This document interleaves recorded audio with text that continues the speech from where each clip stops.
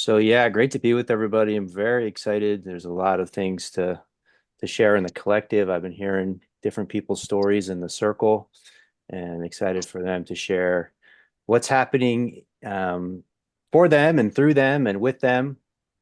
Lots of lots of things popping open, lots of awakenings and shifts and openings in consciousness. So really welcoming your participation. It's an exciting time to be alive, exciting moment to be here together. And I'll just tell you a couple of things that are happening. There's a lot of things I'm excited about, but I'm just going to tell you some things that are happening in regards to the rest of the year. So one thing is our men's mastermind group. Several of the guys here are in the men's mastermind group, and we're starting a new season next week, next Wednesday, 6 p.m. And we have a space available for somebody who feels inspired and is resonant with the group to join us. A really powerful place to just actualize your life, set your intentions for the new year. It's really actually the most special time to join is right about now because we set the intentions for the new year. Physically, mentally, emotionally, spiritually, community, family, relationship, work, purpose, financially, and home, those 10 areas. And really feel what we're called to manifest, what you're called to manifest and create, and what you're a vessel to have flow through you. So it's been a really transformational space. And if anybody feels inspired or they know someone who they think would feel resonant, let us know. And related to that is the New Year's retreat, which I'm getting very excited about. I think it's going to be an incredible group of people coming together from everything I'm hearing from everybody. I'm actually thinking of starting an online group um, already, like ahead of time, so people can connect with each other who are intending to go. I think that would be a good way for people to kind of make arrangements and connections and, you know, just from basic logistical stuff to more deeper spiritual things that we want to communicate on beforehand. So, but I'm again like I think it's really important for people to come together in person. It seems like an obvious thing, but we live in a time where you have to say obvious things. So I think it's really important for people to come together in person, and this is a great way to um, develop connections and deepen connections. And I think having opportunities to connect in person is really valuable. And I think having opportunity to connect over the new year is really valuable. And it's called ReBirth. So it's really like the theme is really about letting go of the old, the things that no longer serve you, things that we maybe been holding on to that are not in our best interest anymore or in anyone else's best interest anymore. Maybe they had their time and their place, but the time and the place has passed. And then opening ourselves to the new creation, to what's being called to move through us. And when you do that with a group of people together, it's really powerful, to have that kind of generative field of people that are supporting each other to step into the highest and best version of themselves to start the year. So uh, very excited about that. And then we do have a breath work in Boone, North Carolina this Saturday night for anybody that wants to go to Boone, North Carolina. There's a few spots left for that. And I like what we're doing here quite a bit. We were we were not here last week because of Thanksgiving and kind of missed you guys a bit. Excited to be back. This is the Patreon page to become a member of the circle and support what's happening here. I really appreciate the great feedback getting from people, and I really feel like the resonant field draws the right people into it, um, and it just continues to evolve and deepen and grow and be more powerful. I feel like week by week. So happy to be with everybody. And the theme tonight is very simple. I'll put it in the I'll put it in the text right here, which, as you know, you can use the text thread itself. So the theme is with three exclamation points. What is happening? That's the theme. What is happening? Uh Something really powerful is happening. It's kind of unfortunate that there's people that just kind of watch the news and they think that all these bad things are happening and everything is so horrible and depressing. That was the that piece I wrote, What Love is the New Religion. I know Antonio and others and Robin and got to know me through that piece. But I think that was like one of the themes I was sharing that piece is like, if you just watch the news, you think it's such a horrible world, and for you it will be a horrible world because that's the vibration that you're fixed. It's almost like a radio station. If you're tuning to that station, you'll hear that kind of music, you know. But there's really powerful, amazing things that are happening, that are just very inspiring and exciting. And I invite everybody to be a part of that radio station, and tune into this music, and just it's something that's very alive. It's like it's not something. I think the most exciting thing about this journey is that it is alive. It's like Jesus talked about drinking from the living waters, right? And I think that's such a great metaphor because it's like the living waters. It's not just in, you know, uh, something from the past. It's not just in like something that's in a book. It's something that is alive and it's present and it's in the here and now. And I think the whole intention is for us to open to this together, to embody this together, to awaken to this together in a unified field, in the body of Christ, right? So it's like the amazing thing about this whole teaching and transmission of Jesus is like it's it was literally an offering to enter into his body, right? And to be unified in the body of Christ. Um, which is pretty intimate, right? But the amazing thing is like in that intimacy, we're unified with each other. We're unified with each other, and so we're opening to this incredible love, this incredible light, this incredible life, and we're in it together in a way that transcends any division or any separation, to the point where we're literally one. We're unified in one body. And I think it's the recognition and realization that we are one body, and we've been living in this illusion of division and separation, and it's so painful. And the reason it's so painful is because it's not actually true. This is the thing that I've kind of realized over time is the things that are painful and the things that cause so much suffering, they cause so much pain and suffering because they're not actually true. So if you think like, oh, I'm a bad person and I'm not worth anything and I'm worthless and well, the reason that idea hurts so much is because it's actually not true. If it was true, it wouldn't hurt. You'd be like, oh yeah, I'm worthless. Yeah, you know what I mean? I'm worthless. But it's actually not true. So it's so painful because you're not living in alignment with the truth. You're actually infinitely worthy.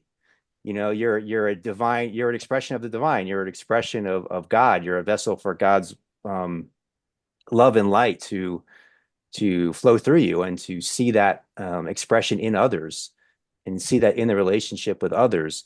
So when we're not living in alignment with the truth, we feel suffering, we feel pain. And when we're not living in alignment with the truth, we're living in the illusion of separation and division, really is what it comes down to. Like that's what causes suffering and pain, is this illusion of separation and division. And then when we open up to the unity, then we feel, oh yeah, this is how it's supposed to be. This is why I'm alive. This is why I'm here.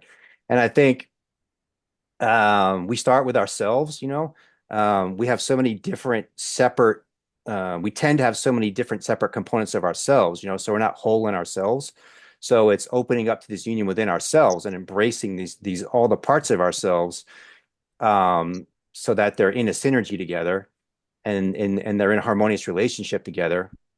And then can you have that synergistic harmony, say, with one other person? Maybe your husband or your wife or somebody, when two or more are gathered, I am present, right? So it's like, can you extend it out to somebody else?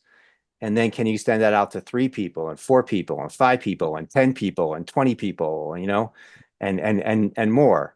And I think that's what we're called to do. And so that's what we're doing. That's it's essentially what the circle is the What the circle intention. Uh-oh, is the getting intention some feedback here. feedback. So that's what this circle is intended to That was create me. and be. Thanks, Avery. Um, so and it's like a living exploration, you know? So it's not oh, if you learn these five things, you know, you always those marketing things. These are the five things to get you from point A to point B. It's not like you just, it's not knowledge based. It's not just, do these five things. It's not a strategy. It's alive in the moment, in this moment here and now, and being present in the here and now and being alive to it together here and now and being in the wonder of it here and now. And then, being able to say yes, to allow it to not just kind of observe it and not just kind of, because you can kind of like watch it from afar, like you're watching like I don't know, watching something out the window. But to come into intimate relationship, where it's like this infinite love that transcends and includes all that is within you and moving through you and moving through everything that you're seeing and that you're encountering.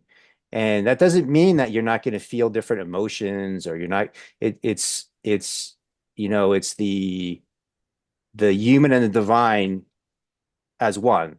So it's like we're still human. We want to be human. It's great being human, but we don't want to lose sight of our divinity as well. So it's like being able, we can go into this more, but basically it's like there's a way of like experiencing the world and also recognizing who you really are, which is beyond, the realm of time and space. Um, so that's my opening. Very excited to be with you all. Jacob, if you wouldn't mind sharing what's been happening for you, I want to turn it over to you for what you've been opening up to and experiencing this week, and then we'll open up to others as well. Yeah, absolutely. Thank you, Brian. Thank you, everybody, for being here. Thank you for hearing me. I said last night on the mastermind call, we do a check-in before we get started, like how you're doing in the moment. And I shared that I just feel full of it. And Brian's like, full of what? No, I said, usually when people say that, they go, "You're so full of it." It's like they think it's like a bad thing, but you're like, "No, So, this is a good thing." yeah, it feels like I'm just full of God's grace. And I'm just so grateful to be here, to be like having this experience in my physical life as Jacob, um, in the life that I am creating. And deeper than that, the gratitude um, that I'm feeling is really from connecting to my soul, which I feel like is um, ever pre. You turn that down just a little. Which I feel like is ever present with God. Like my soul is eternally present with God, even now. And I've been like going into meditation and prayer, and Jeffrey and I just had an amazing meditation on Monday. And it's what it feels like to me is I'm going into the presence with God, like where my soul was before I came here, and where my soul is going when I die, but my soul is also there right now with God. So I'm connecting with that here in the physical body as Jacob. And it's just such an amazing, I mean, the like ecstatic bliss, um, to be feeling that is just overflowing and overwhelming in my experience right now. Um, and I don't really know like how to explain it or how to even understand it. I know that I don't even need to. It's not necessary for me to know how all this works. But I'm so excited about feeling this, and I want to share this with others, and I'm so enthused about it. And I had a dream the other night about just standing in a line for something. And there were several people, there's a line of people. And I was there with Haley, my partner, and I just got full of it. I got full of like the Spirit of God, I guess, the Holy Spirit, and just started sharing with folks like what a blessing it is for me to be here on this earth, feeling the sunshine coming down on my body and the wind on my face. And I just started sharing this stuff like, do you people, are you feeling this too? Like the amazing um, ness that we get to experience this. We get to experience love, and we get to experience the warm softness of our lover's skin and the wind on our face and all this beautiful, amazing stuff. And it felt like I ended up getting up on the top of my truck, and like people started listening and looking, and it's like people were intrigued by it and inspired by it and were circling around just to hear all this stuff that I'm grateful to be experiencing here. And I feel like that is my journey. That's what I'm here to do, is to share this with other people. This way into experiencing heaven on earth is what I'm feeling. To be in this direct communion with God. Um, it's my duty now to lead people to this. And I was sharing with Haley earlier today um, that I see myself doing this and speaking this, and it feels like people will be very interested and intrigued by hearing me and seeing me speak about this stuff. And what you were talking about earlier, Brian, about these stories, and you make up these stories and this negative stuff, but it's a lie. It's not the truth. So of course it's uncomfortable. And Haley said, well, yeah, I worry about people, being able to receive this, and what are people going to think? And she was riding to pick up our daughter, and we just had a conversation on my way home from running some errands. And she's like, I realized um, all that stuff that I was worried about was fear within myself. She was making up these stories that these people are, have this problem about it, or not going to resonate with them. And she realized, like, that's on them. That's not their, that's not for me to worry about. Basically, I have a duty. I have something that is like bubbling out of me, and it's only my job to share that.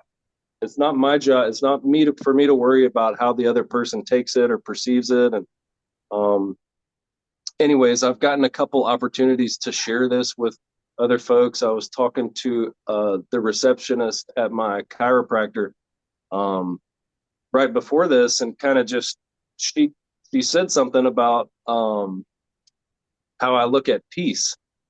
And I I said, yeah, and started sharing with her about this place I've found in meditation, and shared with her about the circle. And so she started sharing with me about her experience with church and growing up Catholic, and her and her husband like wanting to go to church. And we're going to church for a time, and then got married through the pastor at the church. And it was really like uncomfortable for them. They felt like they had to, I guess, not be their true selves, and like, um, boyfriend and girlfriend stage, people not holding hands. And, they had to do couples counseling before they got married with the pastor, and fill out this questionnaire. And, he asked if they were sleeping with each other, and they answered, honestly, and said yes. And, almost felt ashamed for it, because the pastor said, well, maybe you shouldn't be doing that. They're both like, we've been married before, and all this distortion, it feels like, from the church and the religion. And um anyway, she was super intrigued to hear. She could like see the light on me, and was intrigued to hear about the circle and the meditation. And I'm just super excited to like be guided into that, and let God flow through me as a vessel, and not like preach to somebody, and not like try to tell them something, but rather just like share my experience and share what's going on for me, so that it looks intriguing, and it like piques their curiosity, so they want to know, like, well, what is this that uh is illuminating from Jacob? um So yeah, that's my journey. That's what I want to do, is just share from a place of love and light and like direct communion with God. Let God flow through me. So those that have the eyes to see and the ears to hear can see it and hear it and come. And a metaphor I kind of described to Haley earlier today is like, and I was talking with Brian earlier this morning too about my childhood. I had a harsh childhood growing up with my parents, violence and alcohol abuse and all kind of just bad stuff from the time I can remember. As a kid, my parents like physically fighting and screaming, and then later on in my life, drug addiction and struggling with that and all these things. It's like, and now I am in a place where I see that was God. Like that was God pushing me to see the light. And like, man, wow, it just fills me up. Like I got chills all over, and it's just like, whoo, like thank you for those struggles, for pushing me. It was all God, all the struggling, the suffering, the evil that I thought was happening. It was all God pushing me to see the light. And I told Haley today, it kind of feels like I was out in the woods, like looking for, I don't know what I was looking for. I don't know what I'm looking for, but I found this like a doorway. And through all the briars and the thicket and searching and nights in the cold, and I found this door and I go through it and there's God. Like there is my presence with God. And now it's like I go back and I give my people, all those who can see it or want to see it, it's like, look what I've found. Just follow me through this door and like transcend the suffering and walk into eternal presence with God. Beautiful. Amen. Thanks for sharing, Jacob. Yeah, thanks for Appreciate it. giving me the time and space. Appreciate it. Mhm. Who wants to share next?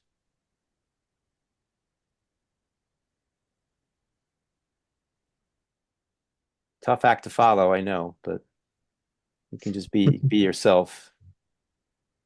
I'll just chime in and mention that as he was describing that, I found like a mirror, so much common ground, so many shared experiences, the difficulties in childhood and that bliss of overflowing and wanting to share it. I think when we go through that heart opening, that awakening, that is like that overpowers you, that you just want what you're feeling, you want everybody to feel it.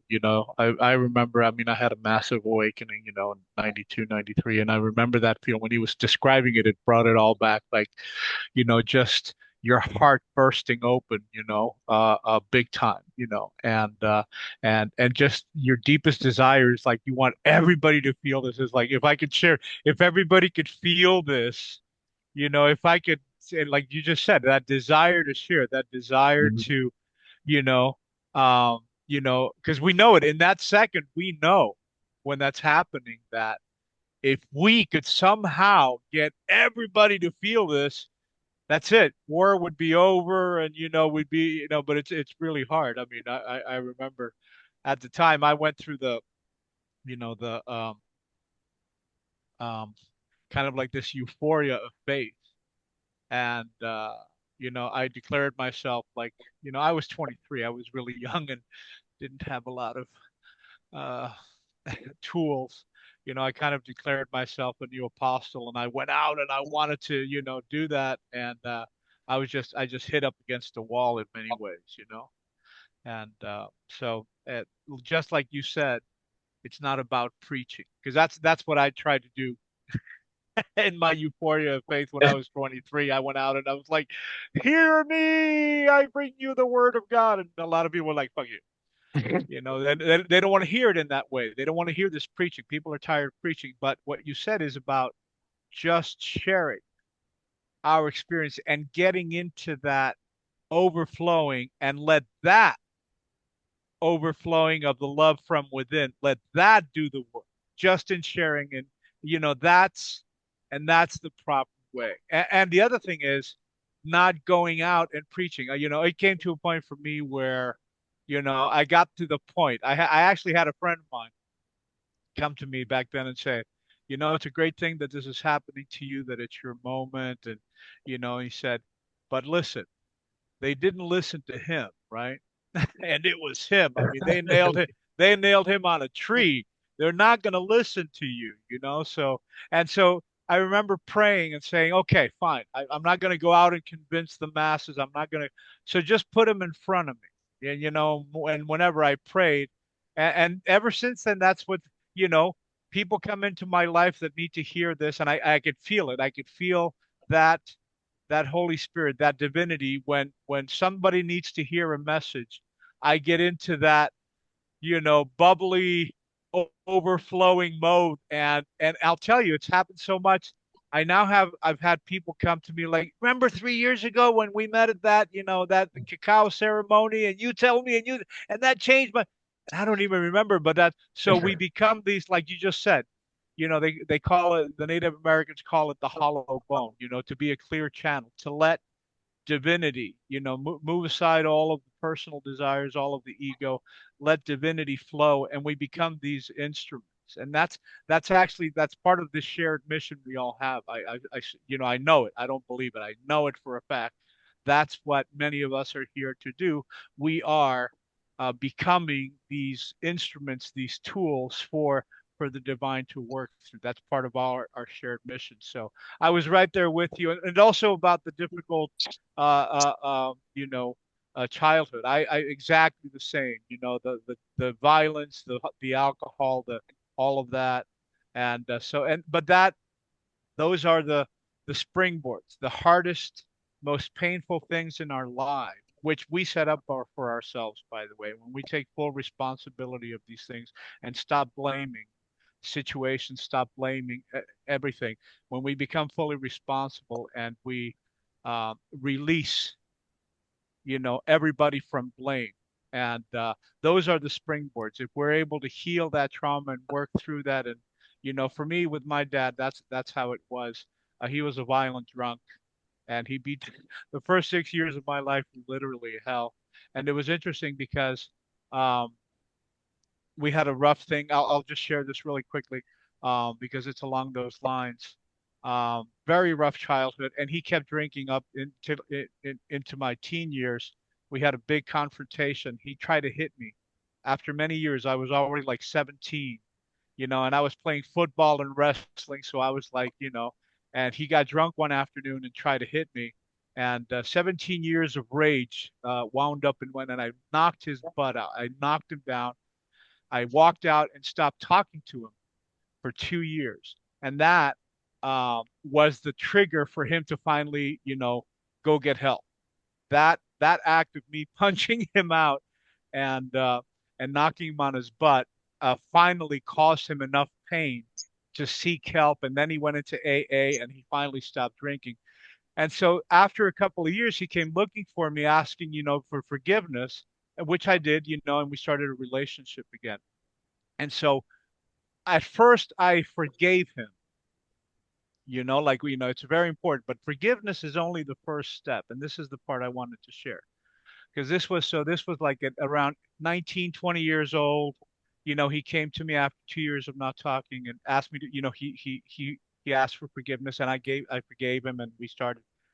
And then a few years later, when I went through this mass awakening, and when I was 23, I was actually shared a next level of consciousness of how it works. And so it was revealed to me that um, before this lifetime, his divinity and my divinity actually sat down and like wrote hey, I went to him and I said, hey, would you mind doing this, playing the role of the bad guy and doing all this stuff? Because I need these lessons and I need you to beat the shit out of me. But it's going to hurt you a lot.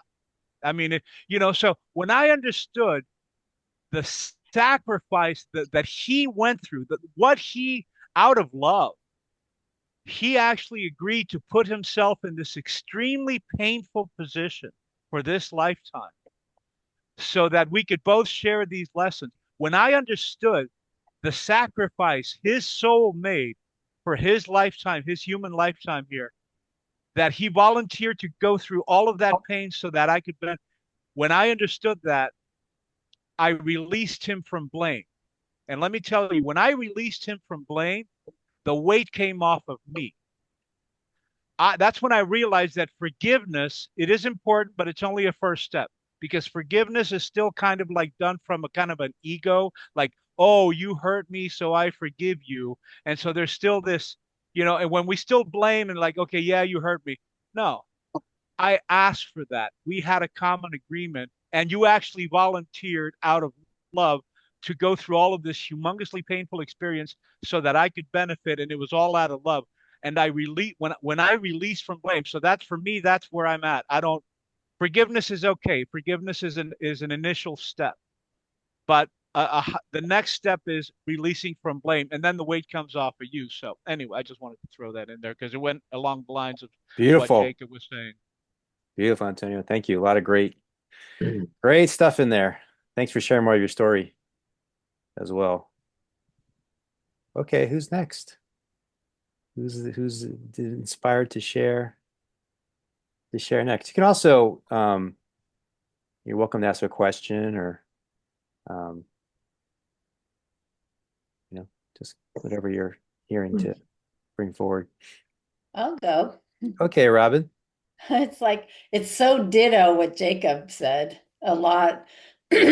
I've had a lot of challenges and then spiritual awakenings all through my life. And the more recent one was being diagnosed with multiple myeloma, like 2 years ago.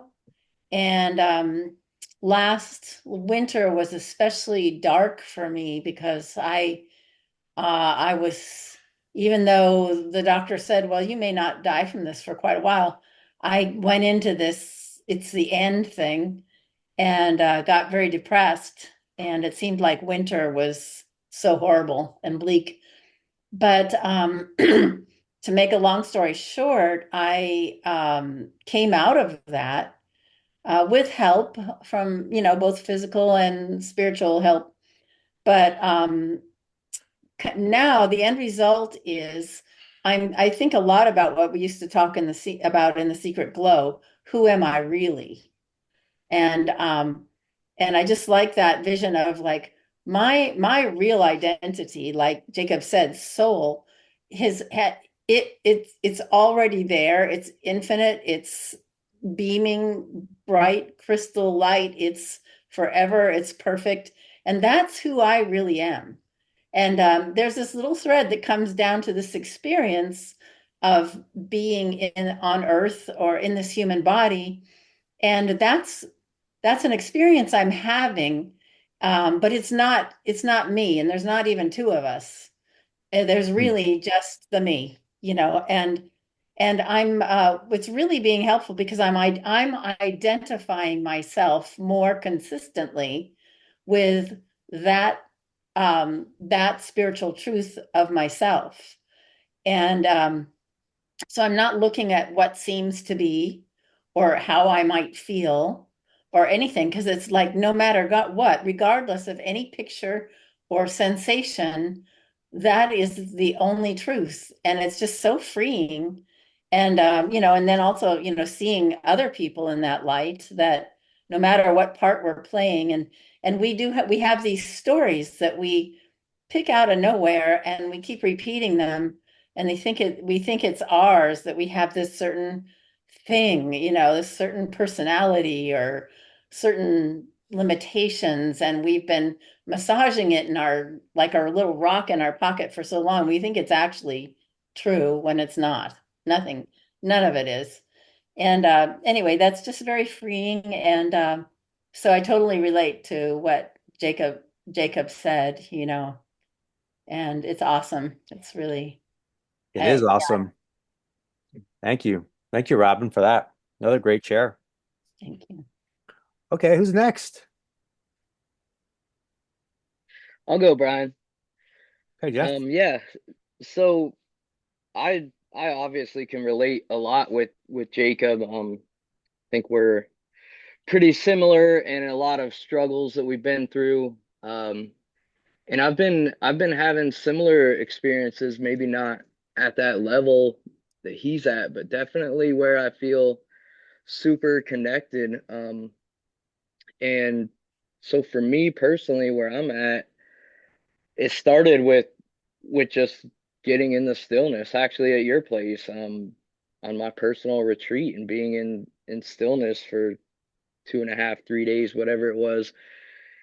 And then just really just feeling that peace that was inside of me and The peace that like passeth all understanding. exactly, and just connecting with that. And then as I move through life continuously, I'm able to kind of just drop back into that peace when I get a little anxious. I mean, one of my biggest things is just being around a lot of people and talking openly and being open. Um, so it's able to drop into that and then just releasing all that anxiety. An example would be like this past weekend with Jacob and Avery and their families and Ryan and Kissney. I mean, there was a night where we were sitting around talking, and I just felt so open and so connected to everybody else. And it was like what you were saying, Brian, like we're all one. And I just felt like no judgment. There was no judgment inside of me, no little stories in my head, and it was absolutely beautiful. So that's sort of where I'm at right now in this process. Fantastic. Thank you for sharing. It's what's happening. That's Yeah. what's happening with 3 question marks. Will Franco, would you like to share anything? Do you feel inspired to bless us with a few words? Uh, I'm really just enjoying the theme of everything I'm hearing, which just sounds like deepening and inspiration. Yeah, how would you describe the theme? What's the theme that you're hearing? Uh, Presence, rejuvenation, um, inspiration. I hear confidence. I don't Mm. know, just reality, right? I mean, the present moment is a miracle, and I feel like God's pouring himself out in it as much as we're able to receive. And it sounds like some folks are receiving more deeply, in a more authentic way. And that's beautiful for all of us. I mean, I feel like we're all learning that together and then sharing it and saying, hey, this door is wonderful, come through here. And that was reminding me of some initial awakenings I've had and feelings like that. And then also the naivete that Antonio was describing about trying to share that. Um, and yeah, I feel grateful that, we get to walk this path over many years and have sparks and have that fire smolder and then find where it's still lit and what flame can't go out. Yeah, just love what you guys are sharing. Um, sounds like you're pouring, yeah, just listening. So it's really sweet. I one thing that stood out to me is I liked how Jacob, you included in your story that Haley realized like she was feeling fear about you maybe speaking out in that way, but she realized it was arising within her. And I think that's a really subtle point. It's so easy to feel fear inside ourselves and project it on the world and then try to avoid those situations. But if we realize that it's arising within us, take responsibility and then redirect it to the Holy Spirit to unwind, I mean, it's just really powerful. But that was just a small thing that stood out to me as like a gem of wisdom, because in the world's knowledge, it's sort of like what you fear, avoid or kill. But in this transformed vision, it's like taking responsibility that the fear is arising within me and not blaming somebody else for that, but turning it back to God so we can really remove it at its source. I mean, that's like a really deep process. So anyway, I respect that, Haley.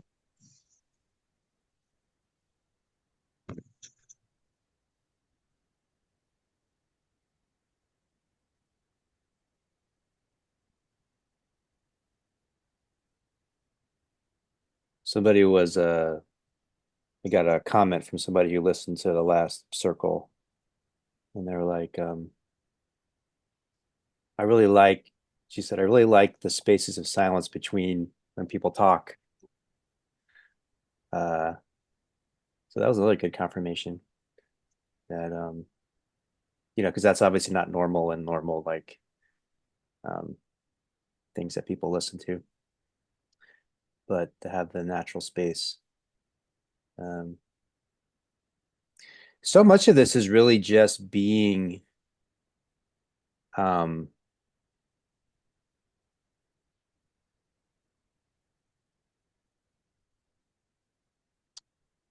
it's like that phrase we had, that phrase has a like being a hollowed instrument.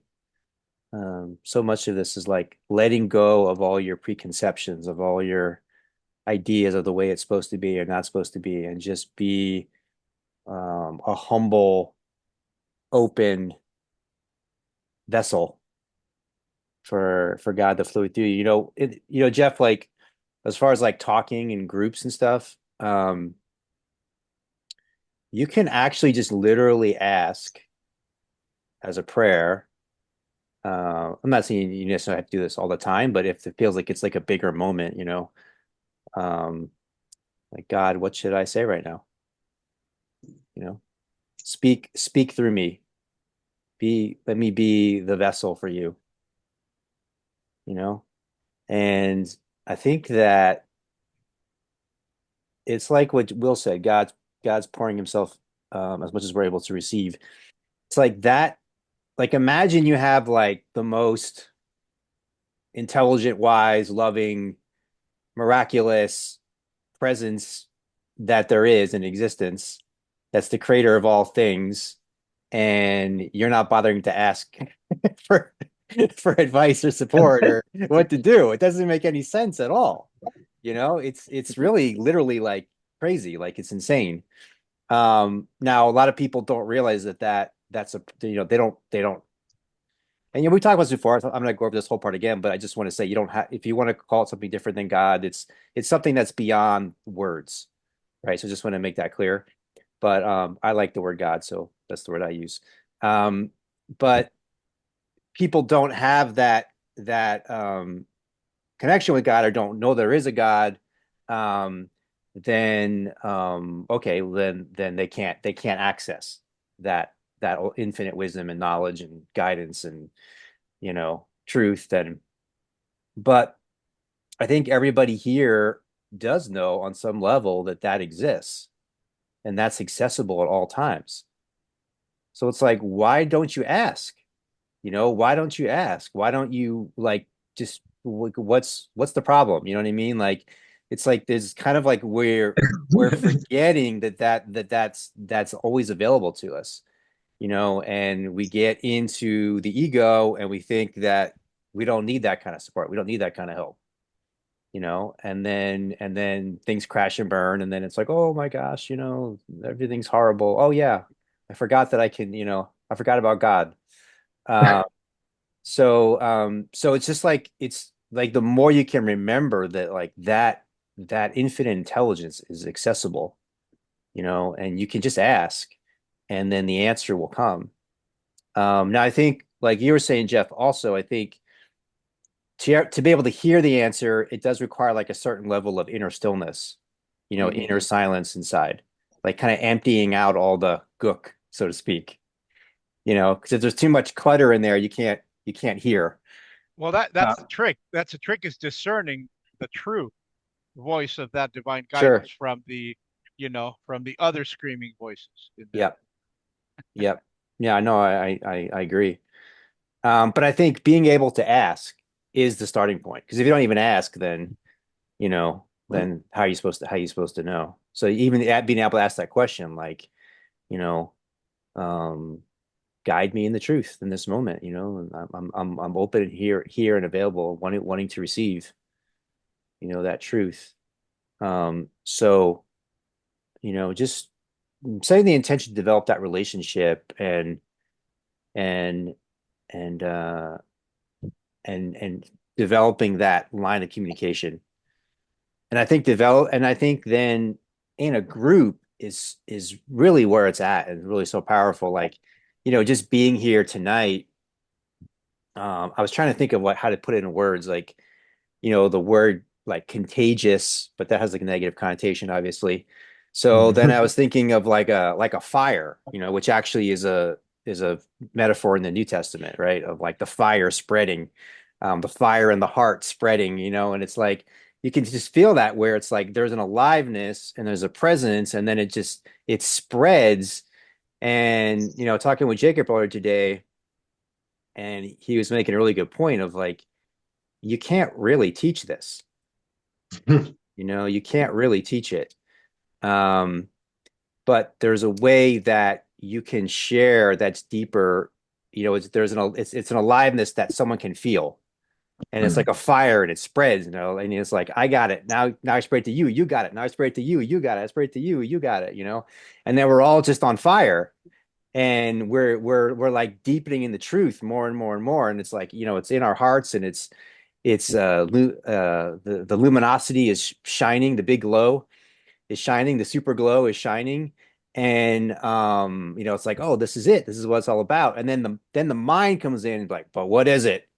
And then you lose it. So it's like this thing of like, the mind is not gonna get you there, because you're already here. So the mind's like, oh, let me get there. How do I get there? Well, you're already here. Well, how do I get there? No, but you're already here.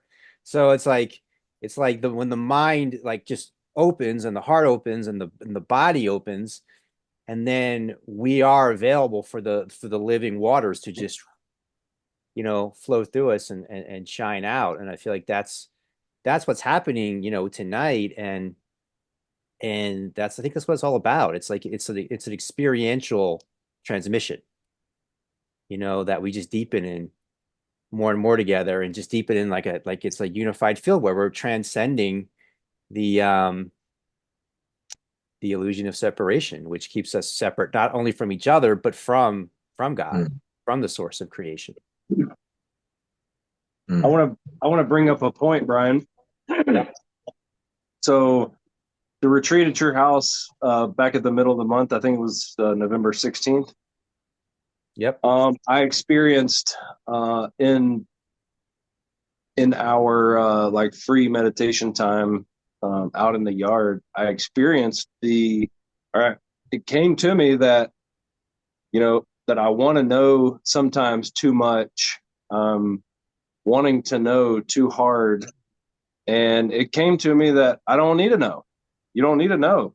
Like, you don't need to understand it. And like letting go of that. And now here I am, like 2 weeks later, having this experience that's just totally unexplainable and overflowing. It's just interesting how I let go of trying to know and let go of trying to understand. And then it was just like so much more was given. Yeah, and just to follow up on that, the not knowing with the mind, right? So the not Yeah, knowing with the with the intellect. mind, not understanding it, not, yes. But it doesn't mean confusion, because people think it means like, oh, I'm just confused. I have no idea what's happening. It's actually like crystal clarity, Yes. but not of the mind. Right. So on the mental level, you have no idea what's going on, what's going to happen, what has happened. You know what I mean? But there's like you're a clear vessel for that divine intelligence to flow through you. So it's like what you need to know. It's like what you need to know in the moment that you need to know it. And it's Moment like by a moment. feeling. Yeah. Yeah. It's not like a knowing. It's beyond a knowing. It's like beyond even like having faith and believing something. It's like a feeling that I don't know how to describe. Hmm. But Spirit I is try. definitely certain. Spirit is certain of itself. I think that's beautiful. You're being touched by your depth. Yes. Amen. So much of what I hear us trying to describe is like a different way of using the mind, because all our experiences are mental or using mind in some way, but like I hear us kind of describing the shift from maybe being born in like a egoic mind that is like kind of strives and thinks of thinking like for itself and like is figuring itself out, you know, and is not looking to God, like to a shift of mind that's almost like more open and now is just like using communication like prayer to know things. And yes, and it's still within the mind, but in a much larger sense. And I just think that's beautiful. I think that's kind of essential to this, the human journey and the spiritual journey is this, you know, enlarging of the mind and then reawakening kind of communication between each other, you know, from that separated mind state into a communication mind state with God and with each other. Um, it's beautiful. And it's beautiful that we're trying to describe something that's ephemeral and invisible. And there's a lot of different shades to the journey, but I feel our heart in trying to encourage us to have the strength to, you know, allow move into different states of mind, which actually may reflect a higher opportunity. Um, anyhow, I'd like to throw in a thing there with this theme because I was thinking as you guys were speaking before, I mean about that you can't describe that it's ineffable and how the human mind, because a lot of times people say, oh, the mind, you got to get out of the mind, but wait, mhm. everything is mind, and there's the Right. divine mind, the divine Yeah. mind of in the heart, the Christ, that Hmm. connection, and then Hmm. there's the human mind of in the brain. And the Hmm. problem is the human mind of in the brain. That's the one that gets in the way. That's the Hmm. one that we have to get out of the way. We have to, and what Robin was saying before about, I had a synchronicity of what she said before. I was just saying this the other day about, it's in fashion now to, the saying, oh, I identify as this or I identify as that, right? And so I don't identify as human. I'm like you said, Robin. I also more try to or work for identifying with that divine part of myself. And so and what you were all in a way saying also goes back to the philosophy of Reiki, for example, which is get the human out of the way.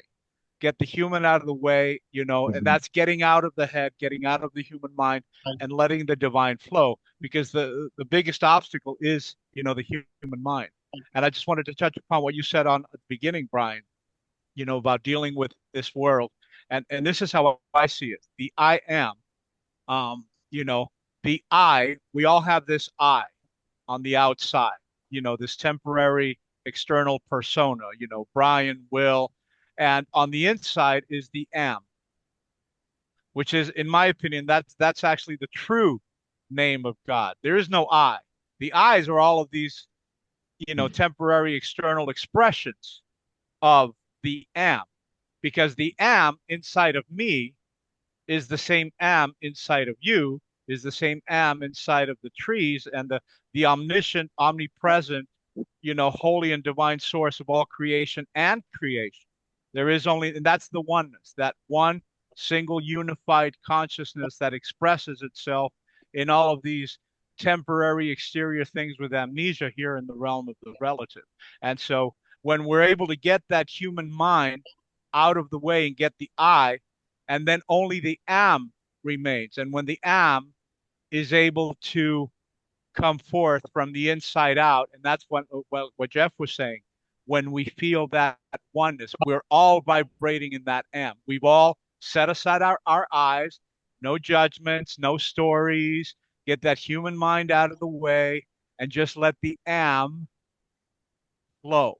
The am, which is that supreme consciousness that is, Mhm. which is, like you were saying before, whatever term you use, you know.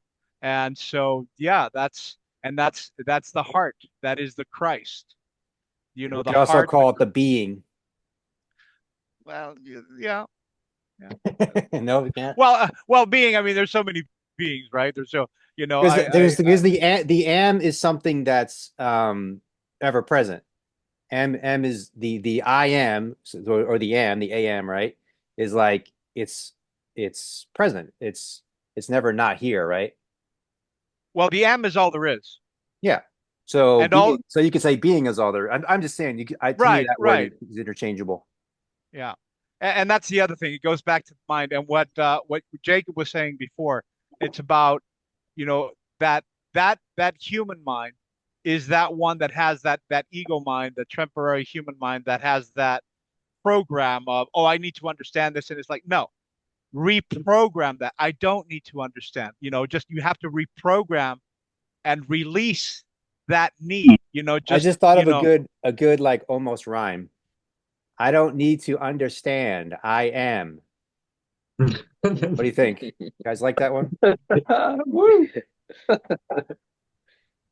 Little mantra there.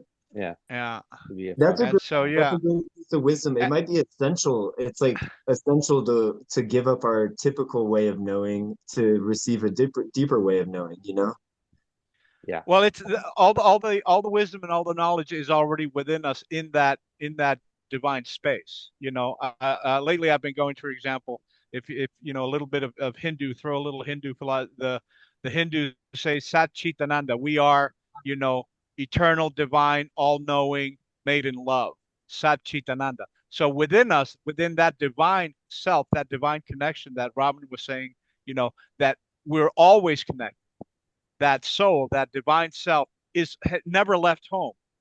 That Hmm. part of us is always, and that cord that she described, that's our direct line to the source of all the wisdom. So that is already within us. It's, that's so yeah, I mean, it's that knowing, not the hard drive of the brain of just the knowledge that we have acquired on this lifetime. It's that eternal wisdom that already beats at the core of our being. It's there, and so we just have to get that human mind out of it. Mm, yes. Does anybody who hasn't spoken in our last few minutes here, would anyone else like to share who hasn't shared yet? Just want to give an opportunity. Anyone who hasn't shared, if you want to share.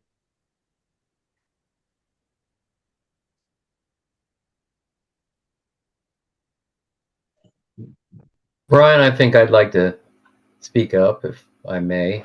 Yes, Mark. And I certainly I would like to offer a challenge. Okay. Don't want to put any kind of damper. I've shared with you and Jeffrey and maybe a couple others that I've been walking with the Lord for over 52 years and have kind of experienced euphoria, just the kind of thing Jacob was describing, and Antonio and others. And I've also experienced hanging out with people who are deeply driven by the word. That everything we need to know is written in black and white in the scriptures. And I'm thinking about the Pharisees and Jesus, and they were the people that Jesus had the hardest time with. I mean, not that he confronted them more than anybody.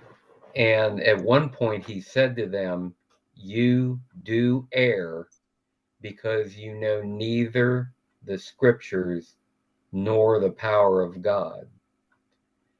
And I've been thinking a lot about that. I long, like you all, I long to re-experience the power, the affective side of things, the things where you're overwhelmed with love and a feeling of unity and oneness and all of that.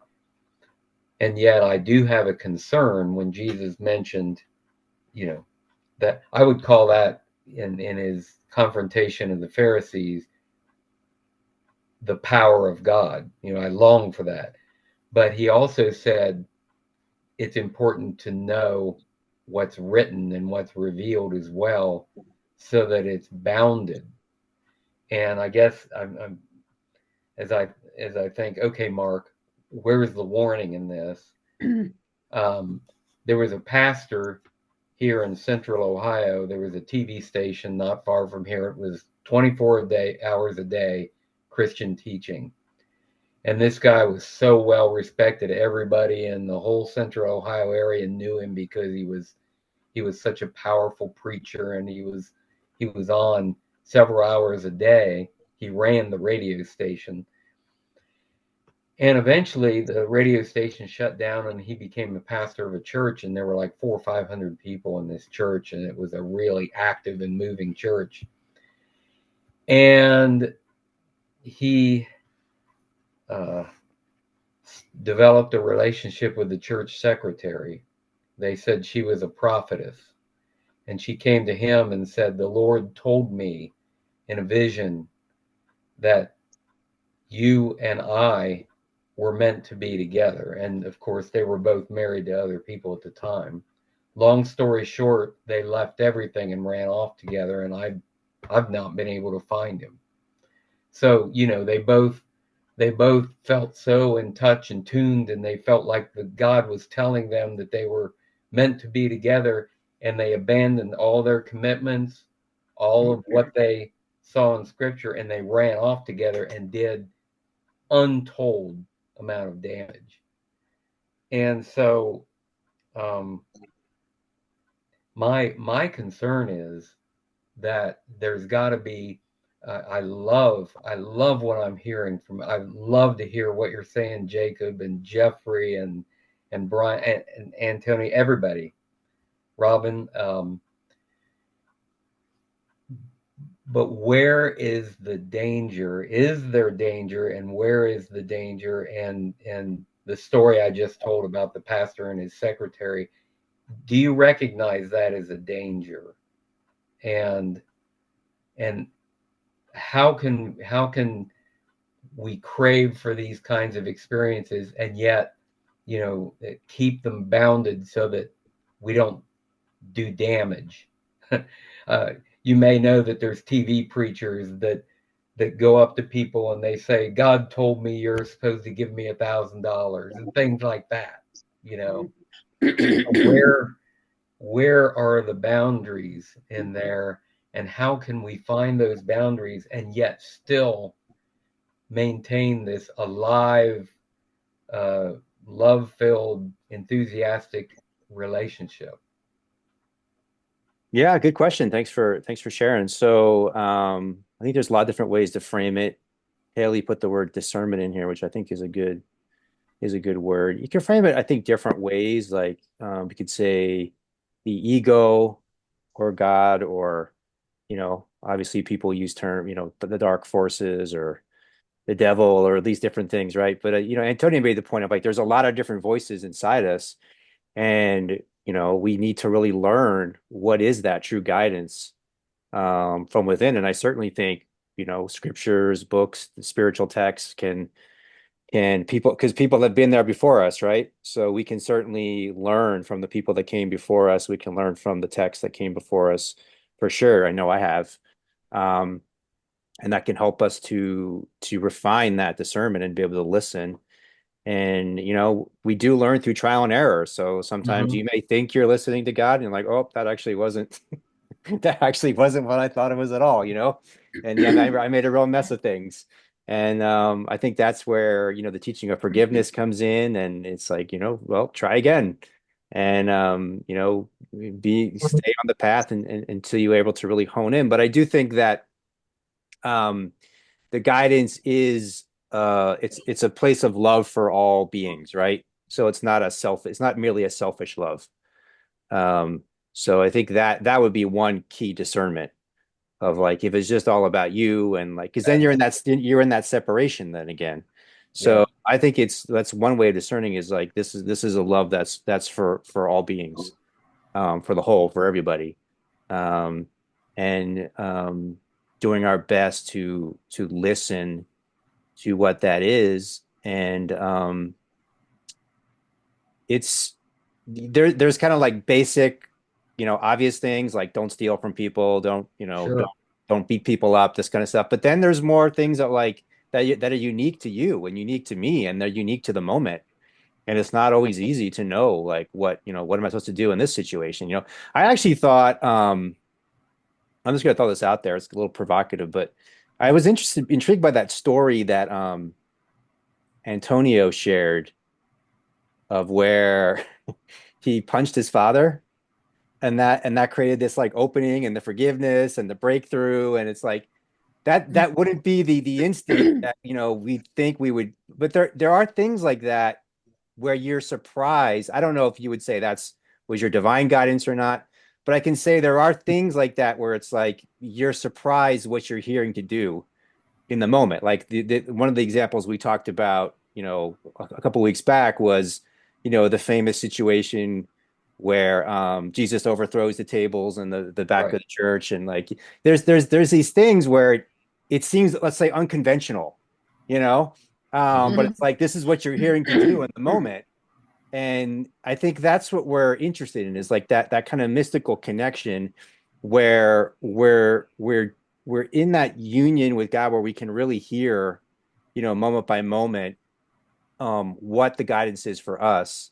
And then have the text, have, teachers, mentors, pastors, whoever it is for us, that to help us in that journey as well. But ultimately, the interesting thing is, even if you have like different people telling you things, how do you know if what they're saying is true? Right. You know? So it Right. ultimately comes back to being able to hone in to really be able to listen to that guidance moment by moment. But yeah, That's and just if I may add, just on what Mark was saying, and I think it's so important. I think, I mean, we all know it's. I know, Brian. It's not your favorite subject to mention. The darker side, but yeah, there is, and yeah, this goes to yeah, the theme of the yeah, question. What is happening? yeah. We are in the apocalypse. Hmm. The meaning of that word is not the end of the world or destruction. It's the revelation of truth, the uncovering of that which was hidden. So we are in this.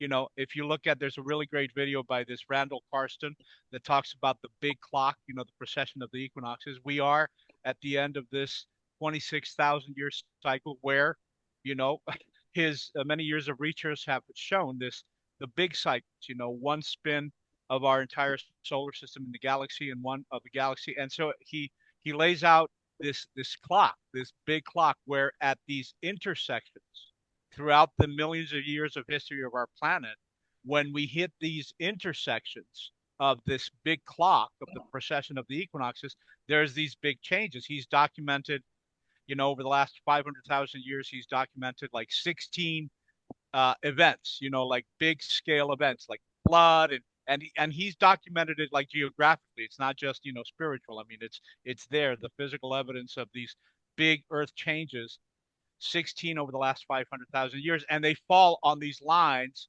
of the big clock, right? And so we're at one of those.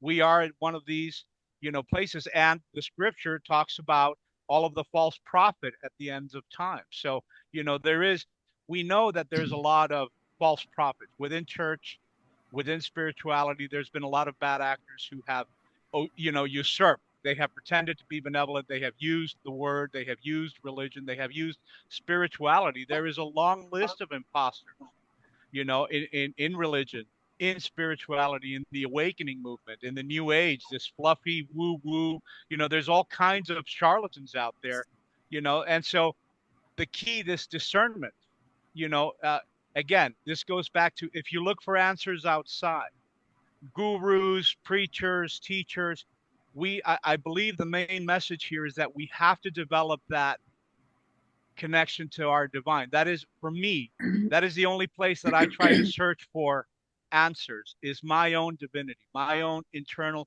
and the work that I've, in the last couple of years, my intentions and my prayers, and what I'm doing is try to strengthen my connection to my own divine guidance within my heart. And that is the only law that I want to listen to, because outside, I have found over the years, in this 55 years of searching, I have found that there's so many imposters outside, and religion has been manipulated in many ways. And, you know, thanks to the Catholic Church, I was absolutely atheist by age 10. So, I mean, we know that there's all this also not good stuff within most religions, and there's also a lot of really good stuff too. I mean, so anyway, it is important when Mark says about, where are the dangers?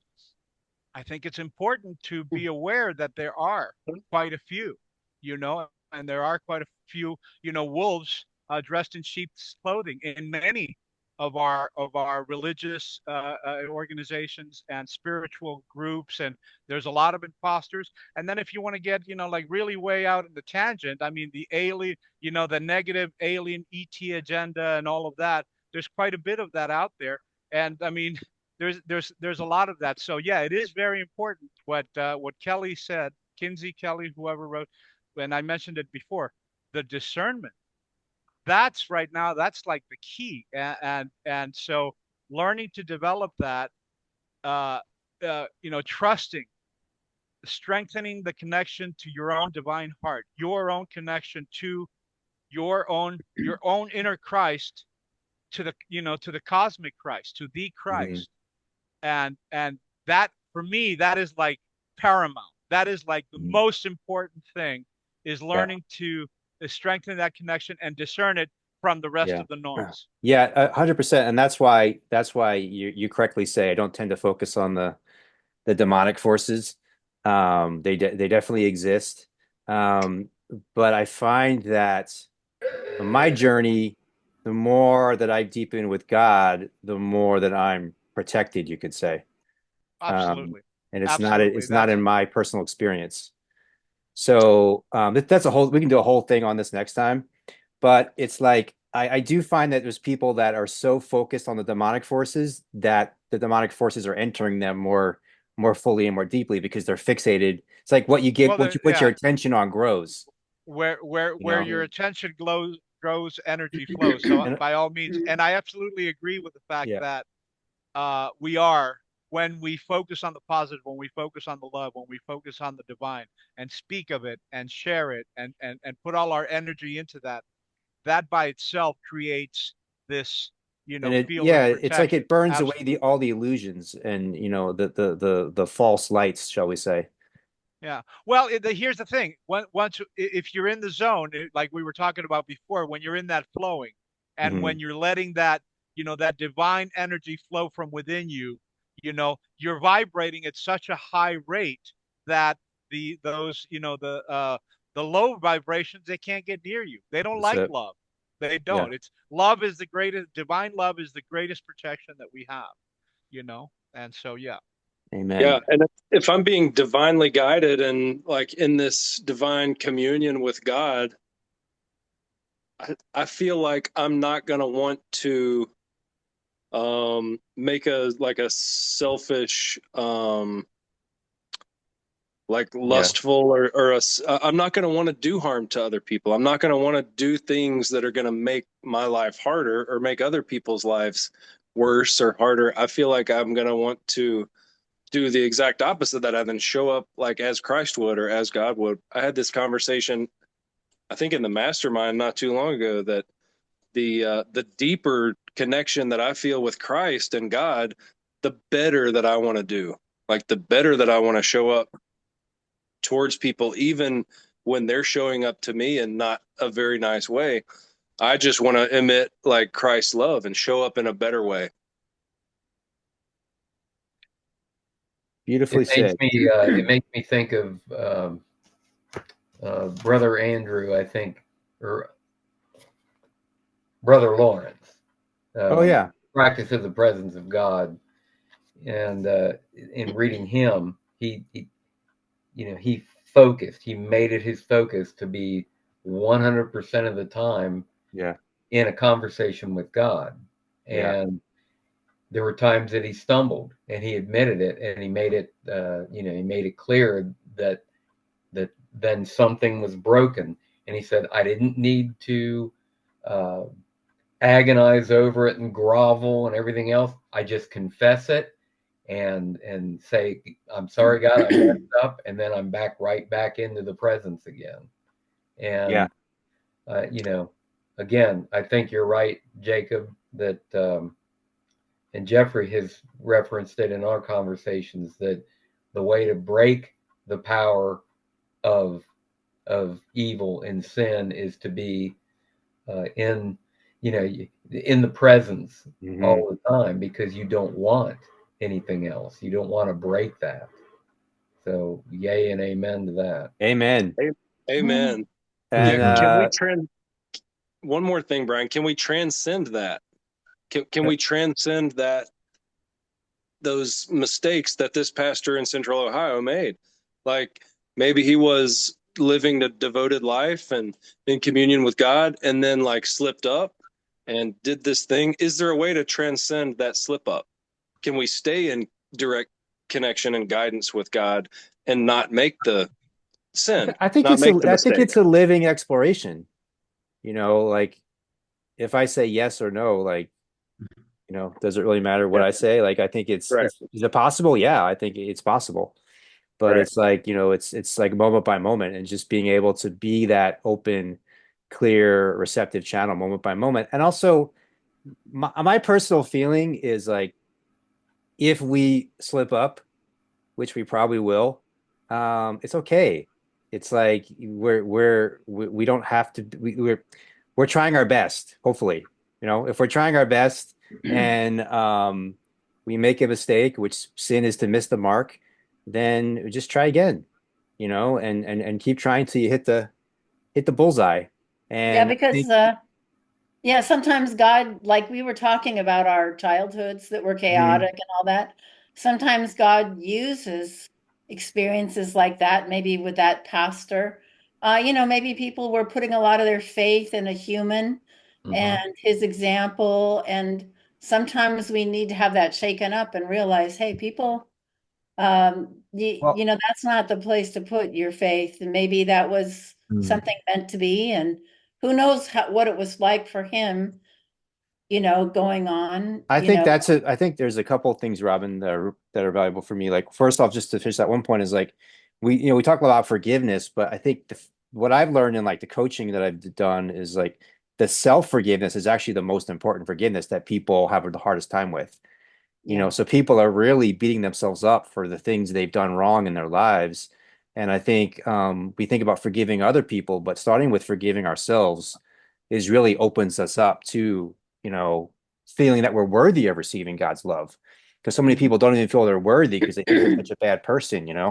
So having that forgiveness for yourself, I think is really key. And then the second thing I want to share about this pastor is, yeah, he is human, and we forget that. And the other thing I encounter is, a lot of people in the circle here itself, I think probably actually most people in the circle itself have had religious trauma, and it's turned them off to God, it's turned them off to Jesus. And the thing, I guess, what I want to share is like, if you've been hurt by a priest or you've been hurt by a pastor, you weren't hurt by God and you weren't hurt by Jesus. You were Mm-hmm. hurt by a human being that was like, imperfect and learning along the way, you know. Mhm. So it's just important to like for us to remember that because like, people put so much stock in these authority figures in the religion that they're think, oh, well, God is a hateful person because this person, no, that person was a person that was lost at that time and, disconnected. But it wasn't God that hurt you. It wasn't Jesus that hurt you. So I think that distinction is important Mhm. to make. Yeah, I agree, and I do think there's a lot. Unfortunately, like I was saying before, the way that many the way they've handled it. I mean, my experience, as we know, when I said before about being atheist by the age of 10, thanks to the Catholic Church, I got kicked out of what is it, catechism.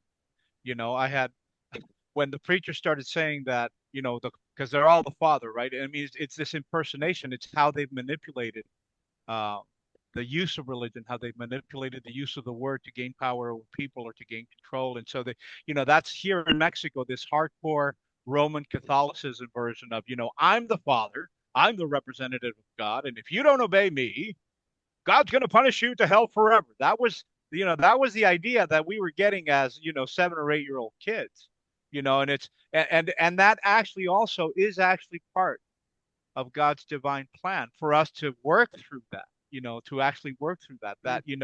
That's why these imposters are there, because it's part of all of this school of learning. But I mean, it's not. A lot of people do get I think, traumatized, and a lot of people do get turned off, you know, religion and God and spirituality because of the, the bad practices of many religious people. So, I mean, again, there's a lot. I think there's a lot of, truth in religions, and there's also a lot of untruths, and all of them right across the board. I mean, they've been used. Unfortunately, they've been misused so much by humans, for control and for all these, and that also is part of the learning experience. It's learning to weed through that, going back to that, developing that Discernment. discernment. Yeah, that's it. It's Yeah. it's part of it's part of the test. This is one of the hardest schools in the universe, Yeah. this planet. I just So want to add too, just to kind of make a full circle, it can be really valuable to have spiritual mentors and guides and, people on the path, but that requires your own discernment to discern who, who's genuine, who's really can be a true reflection for yourself and who's not. So it always comes back to the inner guidance anyway, but there can certainly be people that, have yeah, started the journey before you and can be beneficial sure. to you on your path.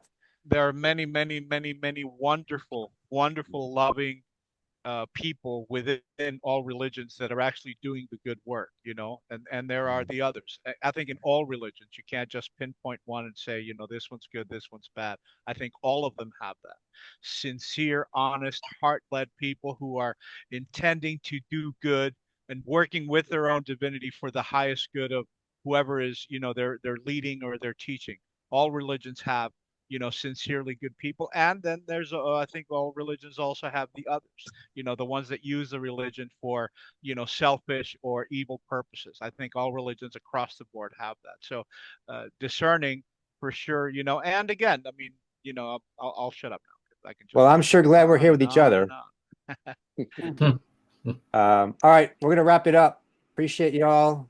Love y'all. Thank you so much for your Yeah. presence. And Thank you, guys. let's keep it going. See you next Yep. week. Thanks, Bye. Yeah. everybody. See you in the next Robin. now. Bye. Ciao, y'all.